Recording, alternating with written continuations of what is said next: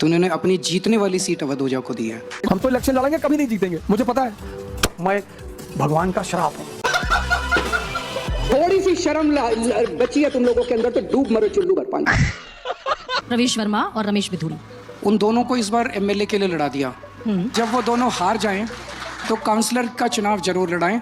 अगर उन्हें भारतीय जनता पार्टी नहीं देगी तो हम दे देंगे सर। दोस्तों मोदी जी, इस जन्म में तो आप हमको नहीं हरा सकते दिल्ली के अंदर आम आदमी पार्टी। आलिए रे आलिए, बेटा भग मत जइयो। प्रवेश वर्मा नई दिल्ली से चुनाव जीत गए हैं, अरविंद केजरीवाल चुनाव हार गए हैं। तो छाती पीटो पीटो। हे राजा जी,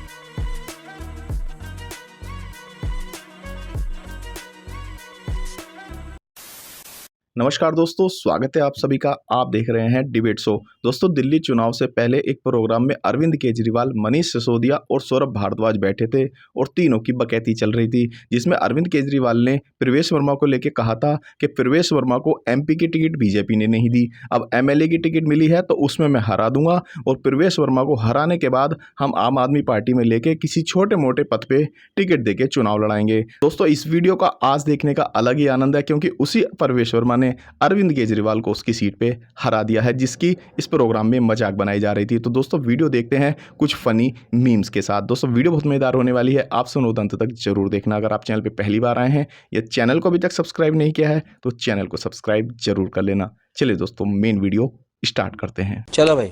सबसे बड़ा स्टेक अरविंद केजरीवाल का, हाईएस्ट स्टेक दिल्ली के चुनाव में दांव पर लगा है क्या?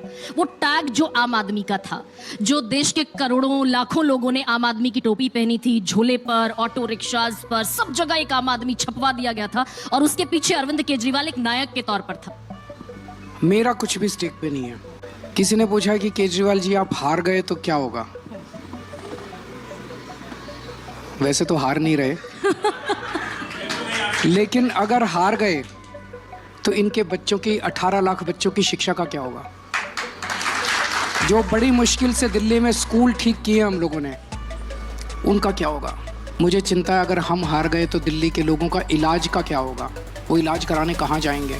केजरीवाल छोटी सी चीज़ है, केजरीवाल हार गया तो केजरीवाल का कुछ नहीं होगा, लेकिन मेरे को चिंता ये रहती है जो दिल्ली के 2 करोड़ लोगों के साथ मिल के हमने 10 साल में बड़ी मेहनत से दिल्ली को संवारा है, हमारी दिल्ली का क्या होगा?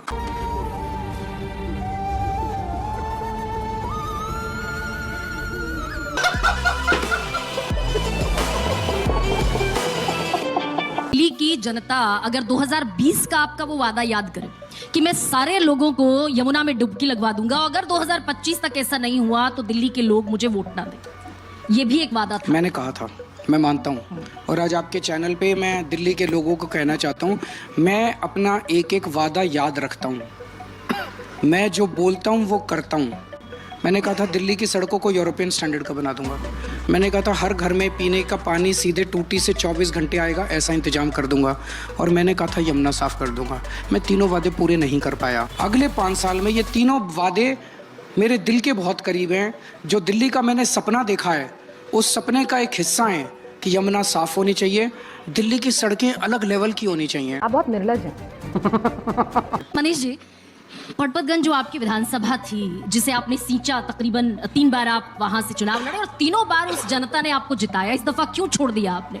क्यों आपको सीट बदलनी पड़ी? देखिए, पटपतगंज के लोगों ने मुझे बहुत प्यार दिया। जब से राजनीतिक शुरुआत की तो मैं कह सकता हूँ कि पटपतगंज में मेरा राजनीतिक जन्म हुआ था। एब्सोल्युटली। और 3 बार बहुत अच्छे से लोगों ने जिताया। पर क्या होता है, कई बार आपको अपनी पार्टी की ग्रोथ के लिए किसी राजनीतिक स्ट्रेटेजी के तहत कुछ फैसले लेने होते हैं। जी, मेरा एक विजन है, वो पर्सनल भी है, मेरी पार्टी का भी है, कि देश का हर एक एजुकेशनिस्ट ये फील करे कि आम आदमी पार्टी मेरी पार्टी है। ये बात कहने की पूरी भारतीय राजनीति में किसी की हिम्मत नहीं है। गजब दोस्तों, गजब। देश में युवाओं के बीच इतने सारे एजुकेशनिस्ट काम कर रहे हैं, जो टीचर से वो तो है ही हैं, उसके अलावा भी बहुत सारे लोग युवाओं के एजुकेशन के लिए, कैरियर ग्रोथ के लिए एजुकेशन दे रहे हैं उनको। मैं ये ख्वाब रखता हूं कि वो सब के सब ये फील करें कि अगर मुझे कभी राजनीति में जाना है तो आम आदमी पार्टी में जाऊंगा, एजुकेशन ठीक करने के लिए काम करूंगा। एक मिनट। तो इसी दिशा में पहला मौका मुझको मिला अवध ओझा जी के साथ में। वो देश में बहुत पॉपुलर एजुकेशनिस्ट हैं। 60+ सीटें मिलेंगी, सरकार बन रही है। सबकी हालत खराब है कि 2029 में कहीं केजरीवाल जी प्रधानमंत्री ना बने।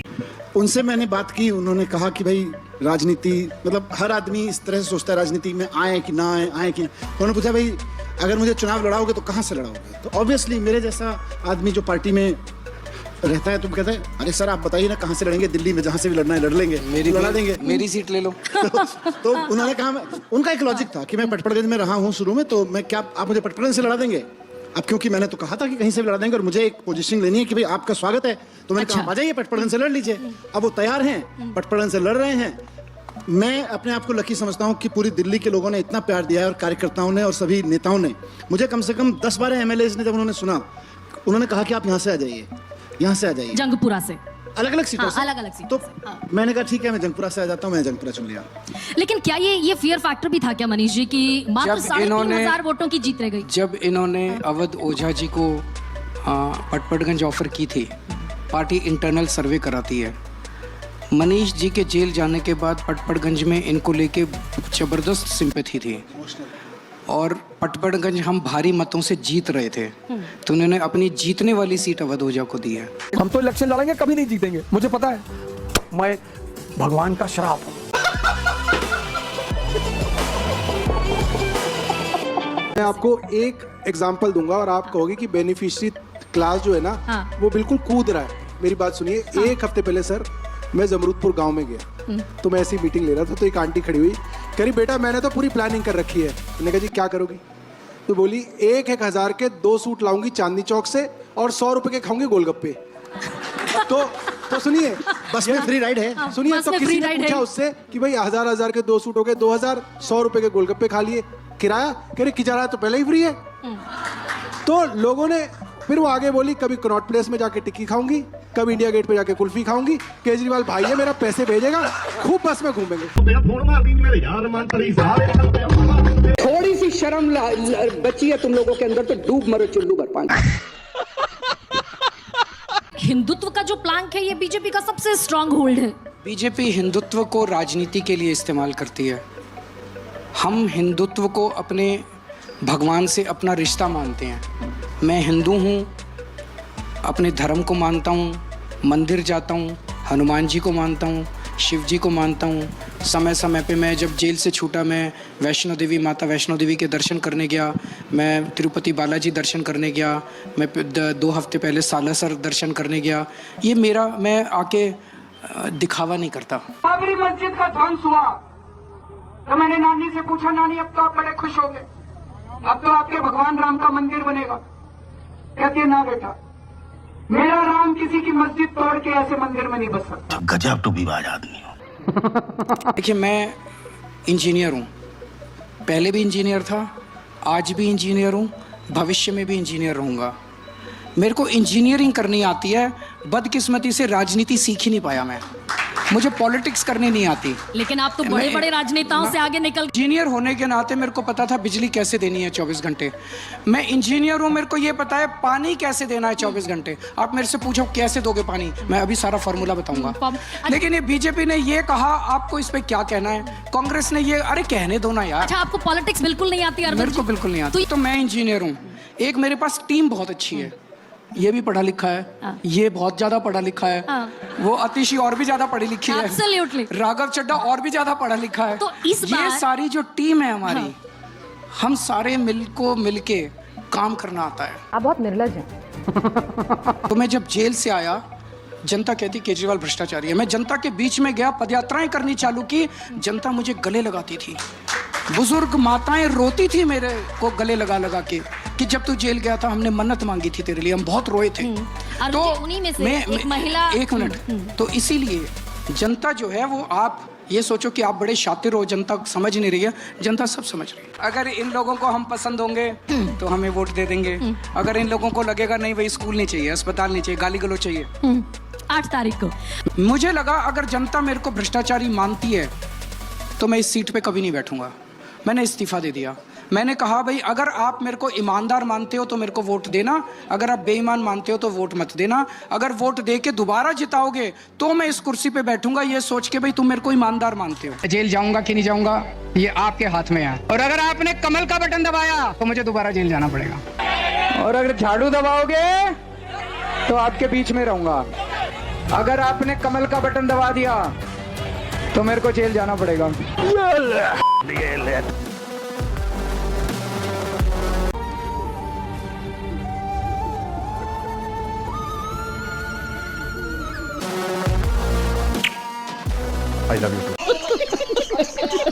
मेरे को गालियां केजरीवाल, पता है क्या क्या गालियां देते हैं? केजरीवाल घिनौना है, केजरीवाल क्या आतंकवादी है, केजरीवाल भड़वा है, केजरीवाल राक्षस है, केजरीवाल राक्षस है, केजरीवाल मायावी है, केजरीवाल नमूना है, केजरीवाल बेशरम है। वो प्रवेश वर्मा कहता है 100 कमीने मरे थे तब एक केजरीवाल पैदा हुआ था। बताइए ऐसे शख्स को इन्होंने जेल में डाल दिया। अच्छा बात नहीं है। अभी आपने सोचा कि अरविंद केजरीवाल के खिलाफ बीजेपी का ये फला नेता अगर होगा तब चुनाव इंटरेस्टिंग होगा। कोई एक नाम आपके दिमाग में आता है ऐसा बीजेपी में? आता है भाई।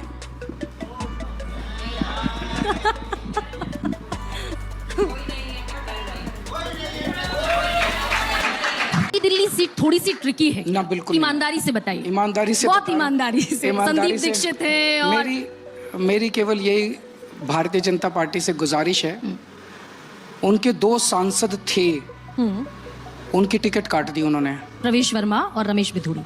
उन दोनों को इस बार एमएलए के लिए लड़ा दिया। इसके बाद उनको काउंसलर की टिकट जरूर दे दें। वो जब वो दोनों हार जाएं तो काउंसलर का चुनाव जरूर लड़ाएं। अगर उन्हें भारतीय जनता पार्टी नहीं देगी तो हम दे देंगे सर। तो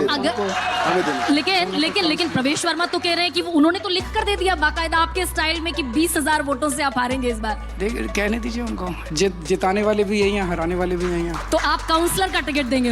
बिल्कुल। आलिए रे आलिए, बेटा भग मत जाइयो, इतना पिछवाड़ा लाल कर दूंगा रास्ते में। यू देख हार गए हैं अरविंद केजरीवाल। इस वक्त की बहुत बड़ी खबर, और यूं कहें कि आज की सबसे बड़ी खबर यह है कि अरविंद केजरीवाल अपनी भी सीट नहीं बचा पाए। मैं नरेंद्र मोदी जी को कहना चाहता हूं, मोदी जी इस जन्म में तो आप हमको नहीं हरा सकते दिल्ली के अंदर आम आदमी पार्टी को। बड़ी खबर, अरविंद केजरीवाल चुनाव हार गए हैं। नई दिल्ली से अरविंद केजरीवाल चुनाव हार गए। बहुत बड़ी खबर आम आदमी पार्टी के लिए, बहुत बुरी खबर, बहुत बड़ा झटका। प्रवेश वर्मा नई दिल्ली से चुनाव जीत गए हैं, अरविंद केजरीवाल चुनाव हार गए हैं। बहुत बुरी हार। कहाँ जाएं फिर हम? पीटो छाती पीटो। आज के लिए फिलहाल इतना ही। आपकी तरह मैं भी मायूस हूँ, लेकिन उम्मीद पर दुनिया कायम है। दिल दुखा है लेकिन टूटा तो नहीं है, और उम्मीद का दामन छूटा तो नहीं है।